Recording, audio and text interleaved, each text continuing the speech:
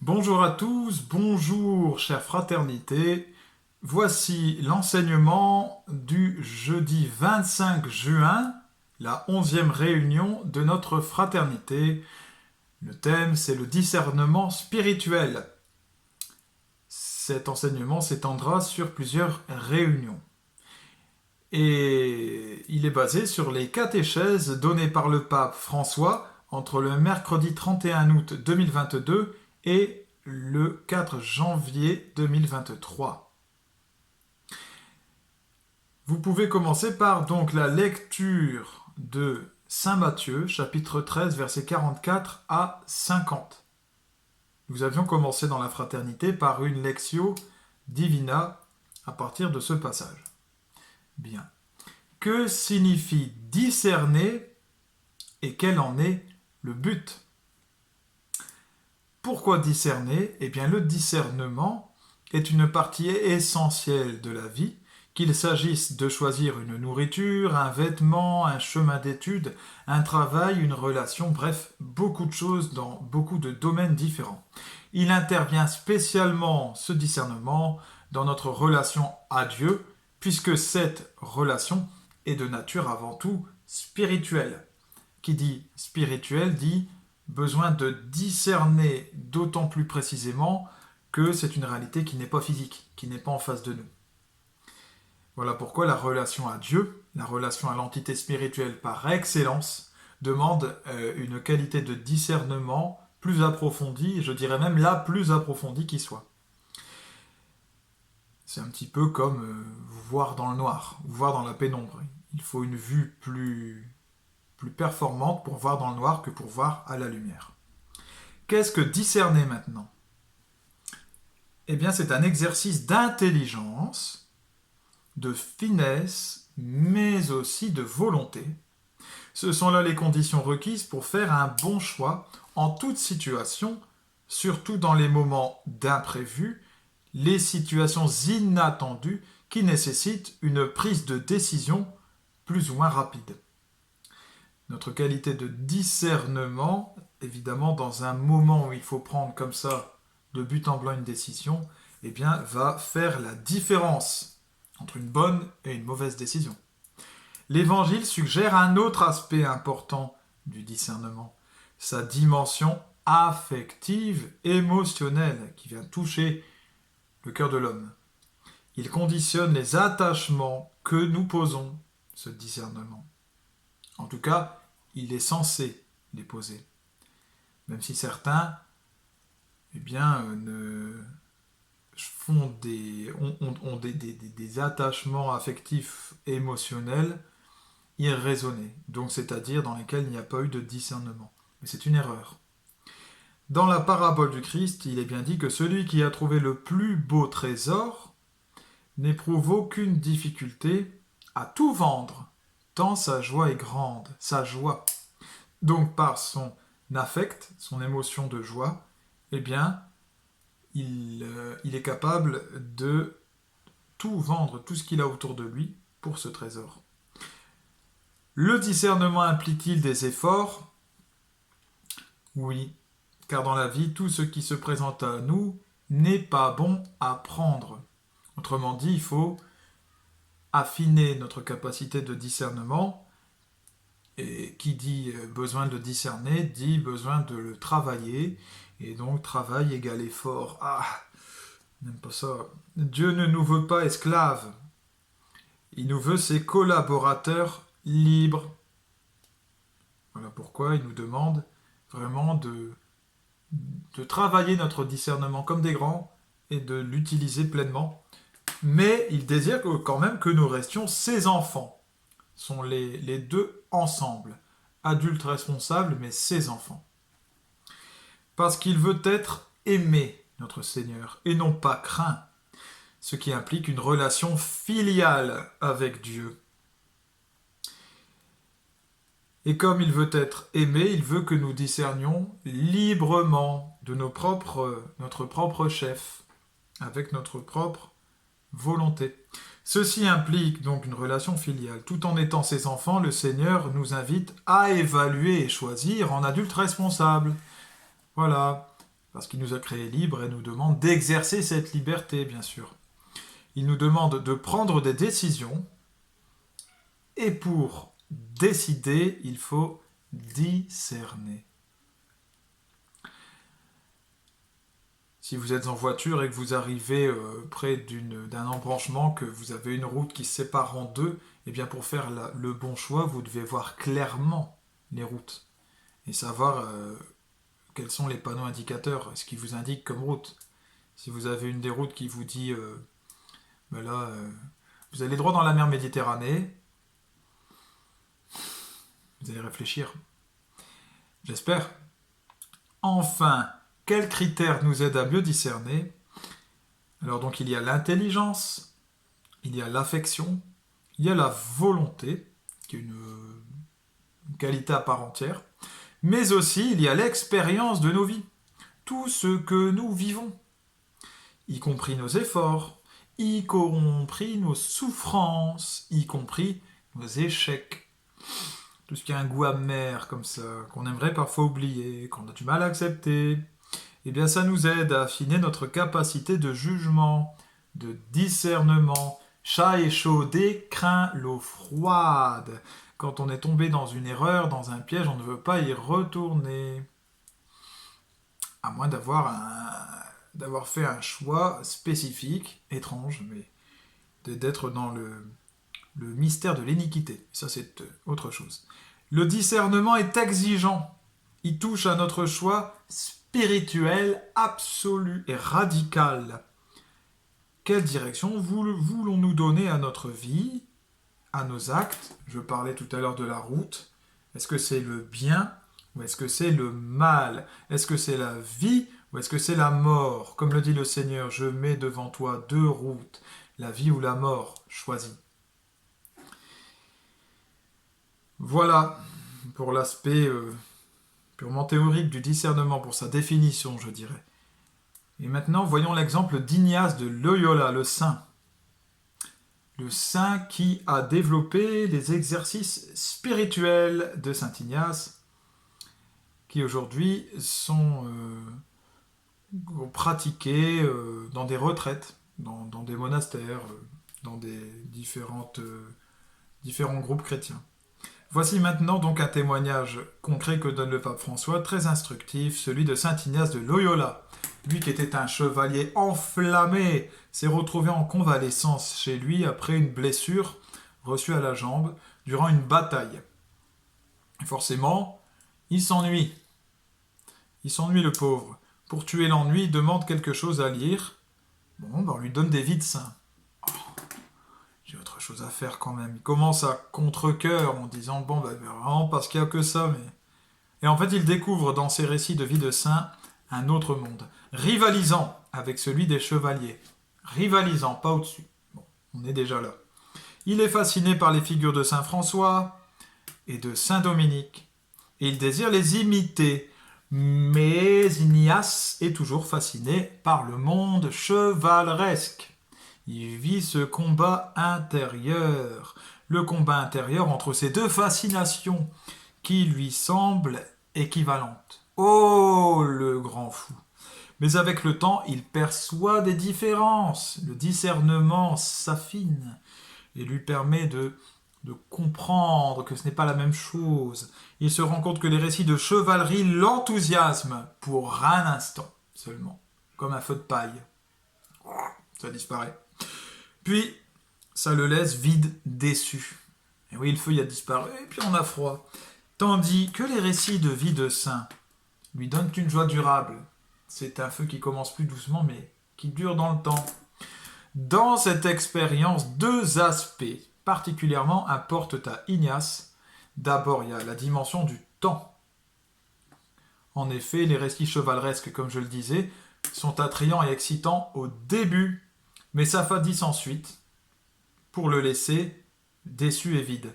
Donc, le temps présente les effets de ces lectures et donc participe à son discernement.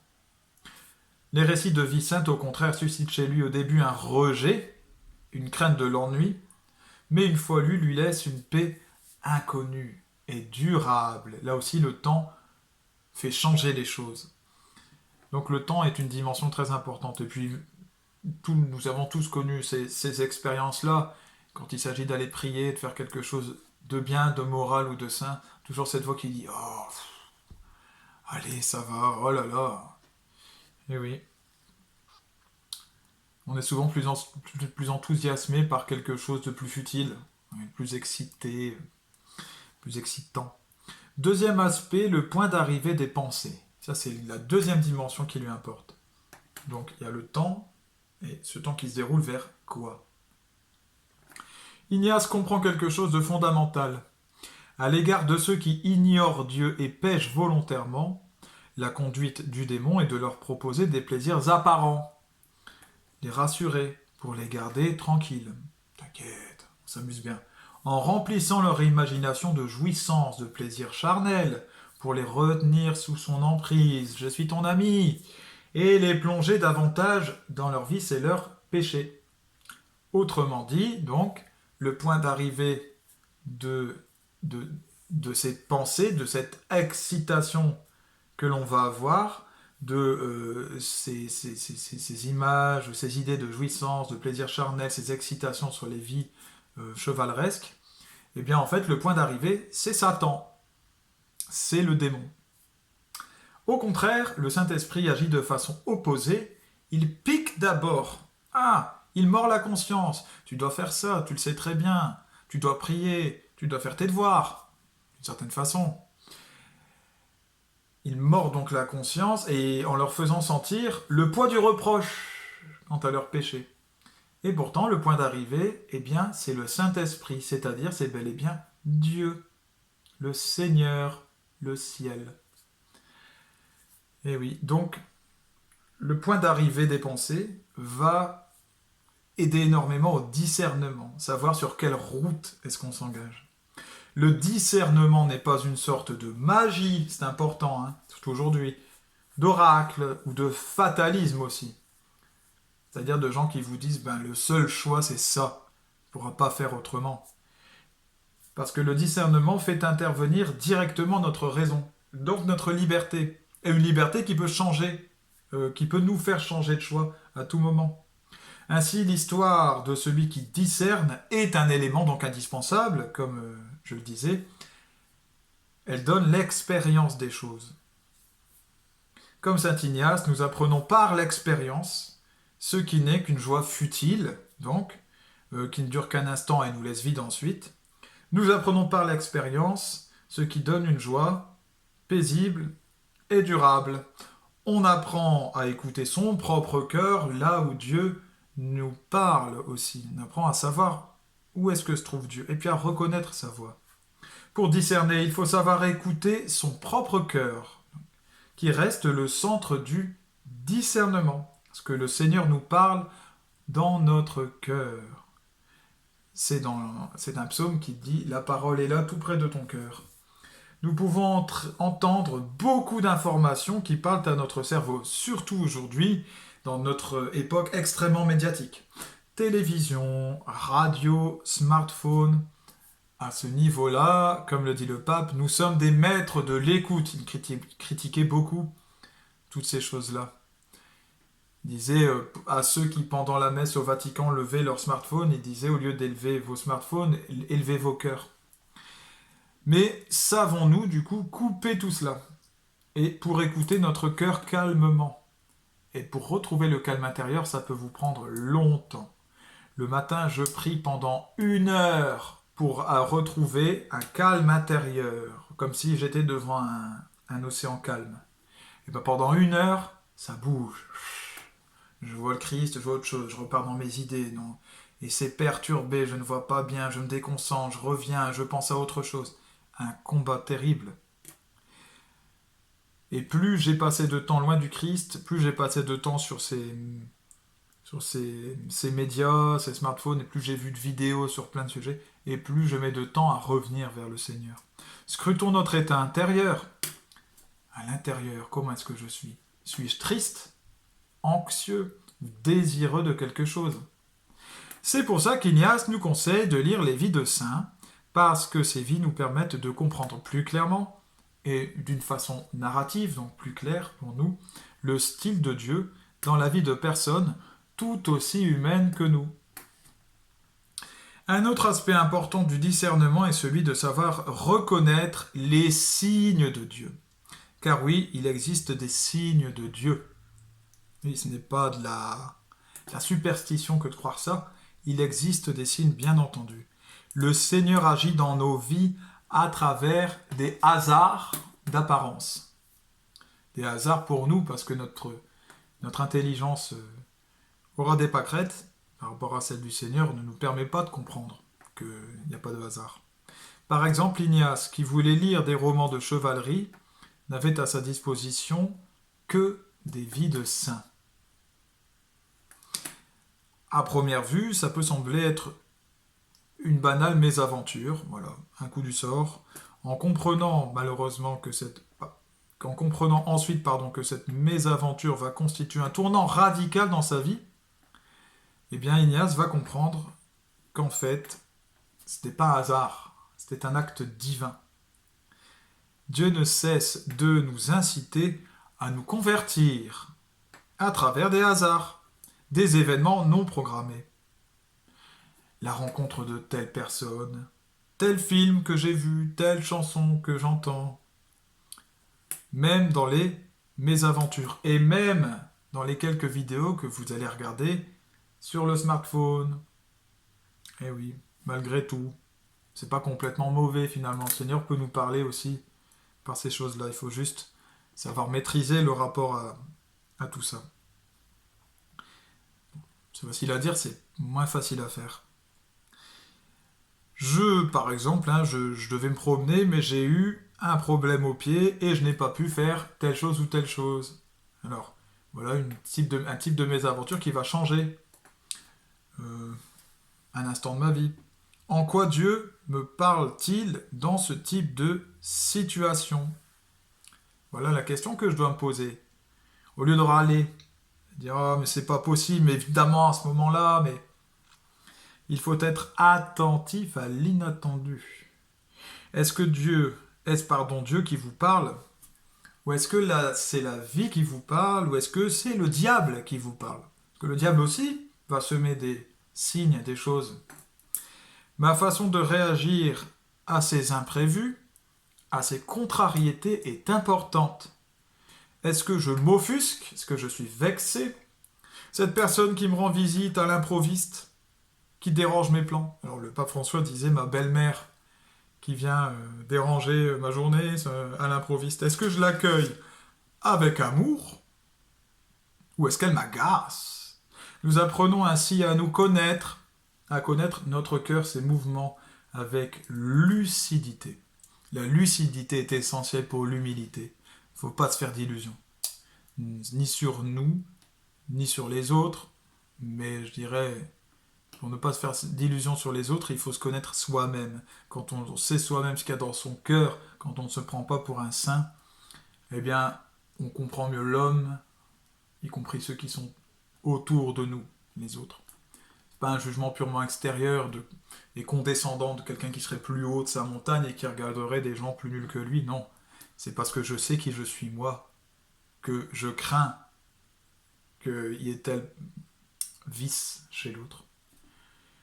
De ces imprévus peut naître la rencontre qui change la vie, selon le oui que vous allez poser. Ces événements qui surgissent peuvent nous amener à devenir meilleurs ou pires sur le chemin, selon le choix que vous prendrez, selon la route que vous allez emprunter. Et bien sûr, ce n'est pas parce que dans sa vie on a choisi à un moment la mauvaise route, même en sachant que ce n'était pas la route de Dieu, que c'est terminé pour nous et que l'on est impardonnable. Parce que des embranchements comme celui-là, on va en retrouver de multiples dans sa vie. Voilà. À la fin, il y a un grand discernement, bien sûr, qui est posé.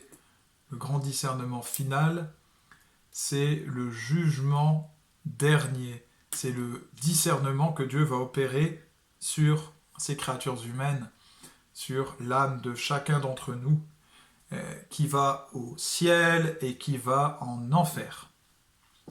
Ça, c'est le discernement suprême et absolu, puisque c'est celui qui va définir le reste de notre existence. Une existence pour ceux qui sont en enfer, une vie pour ceux qui sont avec le Seigneur très haut.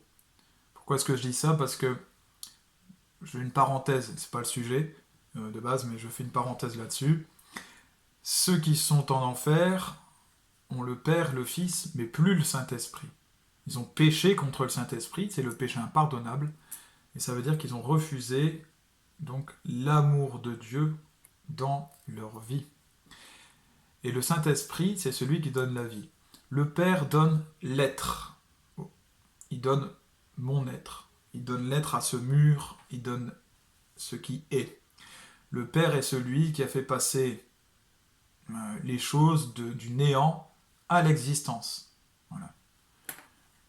Le Big Bang est une œuvre du Père, en premier lieu. Et juste après vient le Fils. Le Fils donne le mouvement.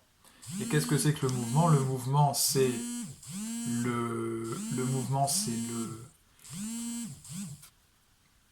c'est le temps et c'est l'espace. Il y a du mouvement dans l'espace, il y a du mouvement dans le temps. Vous voyez? Ce sont les deux dimensions du mouvement. Et ces deux dimensions ont fait immédiatement partie de l'univers. Donc, ça veut dire que le Fils était présent par ce biais-là. Et enfin, le troisième aspect, donc il y a l'être et le mouvement, et donc l'être donné par le Père, le mouvement donné par le Fils, et enfin la vie donnée par le Saint-Esprit. Et donc, cette vie qui se développe, donc c'est-à-dire la vie, ce qu'on appelle la vie, c'est le libre arbitre que vont avoir des créatures de Dieu, pas seulement les hommes, aussi des animaux. Ce libre arbitre qu'ils vont avoir pour choisir d'eux-mêmes leurs actions, avoir une autonomie, eh bien c'est ça qui est refusé, parce que la puissance qui donne la vie, c'est l'amour. Et bien comme le Saint-Esprit est refusé par ceux qui se damnent, eh bien ils n'ont plus la vie. Ils se retrouvent donc dans une dimension, un lieu, l'enfer, où existe toujours l'être, l'œuvre du Père, il y a toujours l'être physique, physique, spirituel, à tous les niveaux, et il y a toujours le mouvement, il y a toujours un déplacement, un mouvement, espace, temps, d'accord? Mais il n'y a plus la vie. Alors maintenant on peut imaginer, autant qu'on peut, ce que c'est que exister sans vivre, l'horreur que ça représente. Voilà, mes chers amis, eh bien, que Dieu nous garde dans sa grâce, Dieu vous bénisse et vous permette de bien discerner justement, de bien appliquer les leçons de notre pape François, dont j'essaye d'être un bon serviteur. À bientôt.